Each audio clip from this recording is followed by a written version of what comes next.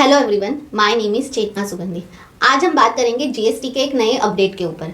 GST में अभी फिलहाल एक एमनेस्टी स्कीम आई थी जिसमें कि जो इंटरेस्ट अमाउंट है उसका गवर्नमेंट ने वेवर दिया था। तो उसी एमनेस्टी स्कीम के जो फॉर्म है वो लाइव हो चुके हैं। उस फॉर्म को कैसे फिलअप करना है आज इस सब के बारे में हम स्टेप बाय स्टेप जानेंगे। वीडियो थोड़ा सा लेंदी हो सकता है बट वीडियो को एंड तक जरूर देखें। अगर आपको कोई जीएसटी की डिमांड की नोटिस आई है देन आपके लिए ये वीडियो जो है वो यूजफुल हो सकता है। तो चलिए स्टार्ट करते हैं। जैसे कि जीएसटी में एक एमनेस्टी स्कीम आई थी और उस स्कीम के अंदर गवर्नमेंट जो है जीएसटी जो है वो वेवर दे रही है हमें इंटरेस्ट अमाउंट का। अब जो अगर आपको किसी को भी सेक्शन 73 या 74 की अगर कोई नोटिस आई है, डिमांड की अगर आपको नोटिस आई है, तो उस नोटिस में जो भी इंटरेस्ट एंड लेट फीस होगी उसका जो गवर्नमेंट है वो वेवर दे रही है किस सेक्शन के अंदर, सेक्शन 128 कैपिटल ए के अंदर। अब इस स्कीम में अगर आपको अप्लाई करना है तो बट ऑब्वियस है कि हमें कुछ ना कुछ फॉर्म्स को फिलअप करना पड़ेगा। तो उसके लिए गवर्नमेंट ने दो फॉर्म जीएसटी में दो फॉर्म को इंट्रोड्यूस किया था। एक है फॉर्म SPL1 एंड एक है SPL2।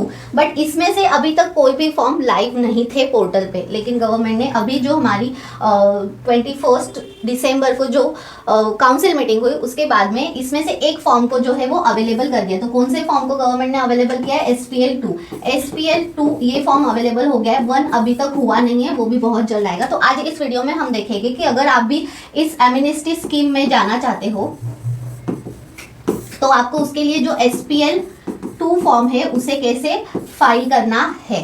ठीक है, उसका हम स्टेप बाय स्टेप देखेंगे कि इस फॉर्म को कैसे फाइल करना होता है। आपको पोर्टल से ही करना है। ठीक है, कि स्टेप बाय स्टेप जो गाइड है वो हमने हमारे वेबसाइट www.taxgani.com इसके ब्लॉग सेक्शन में भी डाला है। तो अगर आप डिटेल में रीड करना चाहते हो एंड आप खुद से अपना फॉर्म फिलअप करना चाहते हो देन आप इस ब्लॉग को भी रेफर कर सकते हो। तो जैसे कि हमें SPL2 को फाइल करना है, जैसे मैंने आपको पहले से बताया कि अगर आपको जो नोटिस है वो किस सेक्शन में आनी चाहिए, सेक्शन 73 या 74, देन आप जो वेवर है वो ले सकते हो सेक्शन 128A के अंदर। और इसके लिए जो हमें फॉर्म भरने हैं, एक है SPL1 एक है SPL2। तो आज हम देखेंगे SPL2 के लिए। तो उसके लिए आपको क्या करना है, वेबसाइट पे आना है, लॉगिन करना है। लॉगिन के बाद में आपको सर्विसेज में, यूजर सर्विस में माय एप्लीकेशन करना है। माय एप्लीकेशन में आप जैसे ही करोगे आपको यहाँ ड्रॉप डाउन में टाइप में सिलेक्ट करना है application for waiver scheme under section 128A and उसे न्यू एप्लीकेशन करके करना है। ठीक है, आप जैसे ही वो करोगे आपको वहाँ पे फॉर्म SPL2 दिखाई देगा। SPL1 अभी फिलहाल पोर्टल पे अवेलेबल नहीं है बट बहुत जल्द वो भी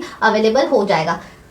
टू किसके लिए? Application for waiver of interest और पेनल्टी और both under section 128(1)B and 128(1)C in case of demand order. उसमें आप जैसे सिलेक्ट करोगे आपको क्रिएट एप्लीकेशन के ऊपर क्लिक करना है।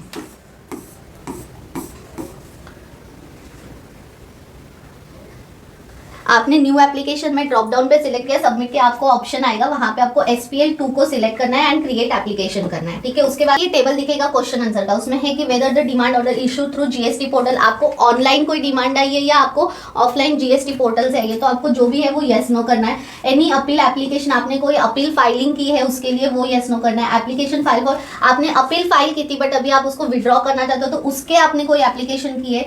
अपील और petition against the order has been withdraw before appellate authority, tribunal, high court और इसमें से जो भी अगर आपको कोई डिमांड आई है वो आपने कोई appellate authority, supreme court, high court के पास आप गए हो क्या। Whether the order issued under section 73 और 74 ये सिलेक्ट करना है। आपको कौन से सेक्शन में है ये वो सिलेक्ट करना है, 73 एंड 74। इसके अलावा अगर कोई सेक्शन होगा तो आप इस स्कीम का जो बेनिफिट है वो नहीं ले सकते। अब इस गवर्नमेंट ने इस एमनेस्टी स्कीम को लॉन्च किया था, उस समय मैंने इसके ऊपर डिटेल में वीडियो बना के ऑलरेडी यूट्यूब चैनल पे डाला है। मैं उसे लिंक, उसकी जो लिंक है वो डिस्क्रिप्शन में या कमेंट में पिन कर दूंगी, आप उसे भी चेक कर लेना ताकि आपको कंफर्म हो जाए कि आप इस एमनेस्टी का बेनिफिट ले सकते हो कि नहीं ले सकते। Whether the order cover under section 75, अगर 75 में whether the demand includes refund, अगर आपकी कोई डिमांड आई है लेकिन आपको ऐसे लग रहा है कि उसमें रिफंड भी हो सकता है तो वो सारे क्वेश्चंस आपको यस नो करने हैं एंड नेक्स्ट पे क्लिक करना है। अब उससे यस नो कैसे करना है, उसके जो यहाँ पे ना हमने कोई ये दिए हैं गाइडलाइंस दिए कि कौन से बेसिस पे आपको उसका जो आंसर है वो यस नो करना है। वो आप जैसे ही यस नो करोगे नेक्स्ट जो आपका नेक्स्ट क्लिक करोगे देन आपको बेसिक डिटेल्स आएगी, जैसे mobile number, email ID and jurisdiction and address. यहाँ पे आपको mobile number, email ID drop down से सिलेक्ट करना है एंड देन नेक्स्ट।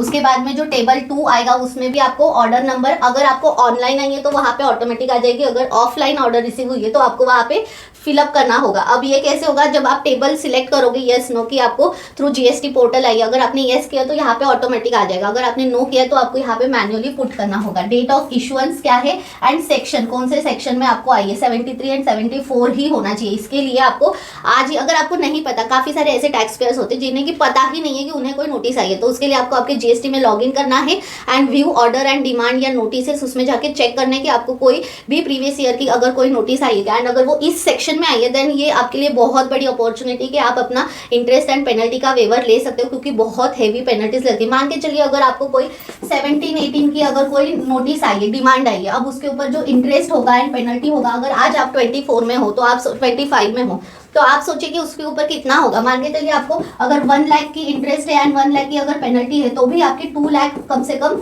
वेवर हो सकते हैं।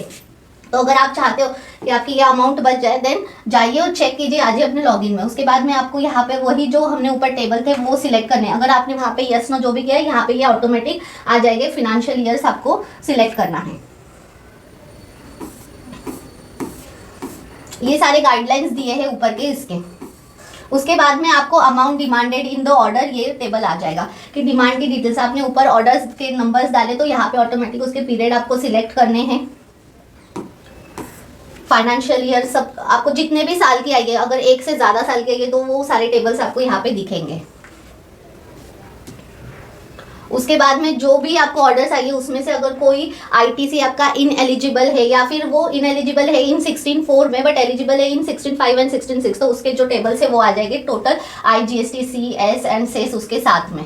उसके बाद में आपने कोई अमाउंट उसके अगेंस्ट में पे की है क्या, जैसे कि अमाउंट पे through payment facility against demand order, इसके जो टेबल्स है वो आप यहाँ पे आपको यहाँ पे शो हो गए कि क्या उसकी एंट्री नंबर थी एंड कितना अमाउंट आपने पे किया है अमाउंट पे थ्रू पेमेंट फैसिलिटी अगेंस्ट। अगर 3 ऑर्डर्स है तो आपको तीनों के वो पूरे डिटेल्स यहाँ पे दिखेंगे।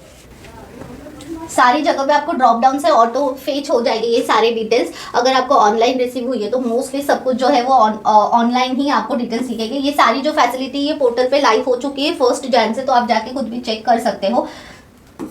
उसके बाद में अगर आपके पास में उसके रिलेटेड कोई सपोर्टिंग डॉक्यूमेंट्स है तो वो आपको अटैच करने हैं। मैक्सिमम आप 5 जो डॉक्यूमेंट्स है वो उसे अटैच कर सकते हो, जैसे कि कुछ वर्किंग होगी, कोई चलान्स हो गए, कोई क्लेरिफिकेशन होगा, तो वो सारी चीज़ें आप इसमें अटैच कर सकते हो। और उसमें साइज लिमिट दी है 5 MB की दी है, तो आप मैक्सिमम देखो इधर लिखा है maximum of 5 documents each with and size limit 5 MB can be uploaded. तो आपको अगर कुछ सपोर्टिंग डॉक्यूमेंट्स है वी रिकमेंड कि इसमें वर्किंग चलान्स एंड कुछ क्लेरिफिकेशन है उस डिमांड को लेके तो ज़रूर उसमें अटैच कीजिए, ताकि जब भी आगे वो आपका प्रोसीड होगा ऑफिसर के पास में तो उनको उससे जो रेफर करना है वो कर सकते हैं। तो इस तरह से आपको जो है आपका SPL 2 फॉर्म को फिलअप करना है, बट उसके पहले आपके पास में डिमांड कौन से सेक्शन में आई है इसकी इन्फॉर्मेशन आपके पास में होना जरूरी है। आप जैसे आपने अगर एक बार फाइल बटन पे क्लिक कर दिया देन आपको ओके करना है, OTP डालना है या फिर DSC अटैच करना है एंड देन आपका जो SPL 2 है वो फाइनल सबमिट हो जाएगा। सबमिट करने के बाद में आपको ARN आएगा, देन उस ARN को आप ट्रैक कर सकते हो कि जो हमारा SPL 2 है उसका क्या स्टेज पे अभी वो है। ठीक है, सो आई होप कि आपको समझ में आया होगा SPL 2 को फाइल कैसे करना है। तो 31 मार्च 2025 के पहले अगर आपको कोई भी डिमांड आई है तो आप उसका जो पेमेंट है वो कर सकते हो। आपको सिर्फ प्रिंसिपल अमाउंट पे करनी है, इंटरेस्ट पेनल्टी का वेवर मिल सकता है, बट उसके लिए आपको ये दोनों फॉर्म फिलअप करने हैं। 1 अभी तक आया नहीं है, 2 पोर्टल पे लाइव हो चुका है, तो जब तक 1 नहीं आता कोशिश कीजिए कि आपके जो SPL 2 है वो फॉर्म फिलअप हो जाए। I hope this information helps you. आपको ये इन्फॉर्मेशन समझ में आई होगी, हेल्पफुल होगी आपके डिमांड के रिप्लाई करने के लिए। अगर वीडियो अच्छी लगी, इन्फॉर्मेशन अच्छी लगी हो तो चैनल को जरूर सब्सक्राइब करें। देन थैंक यू, नमस्ते।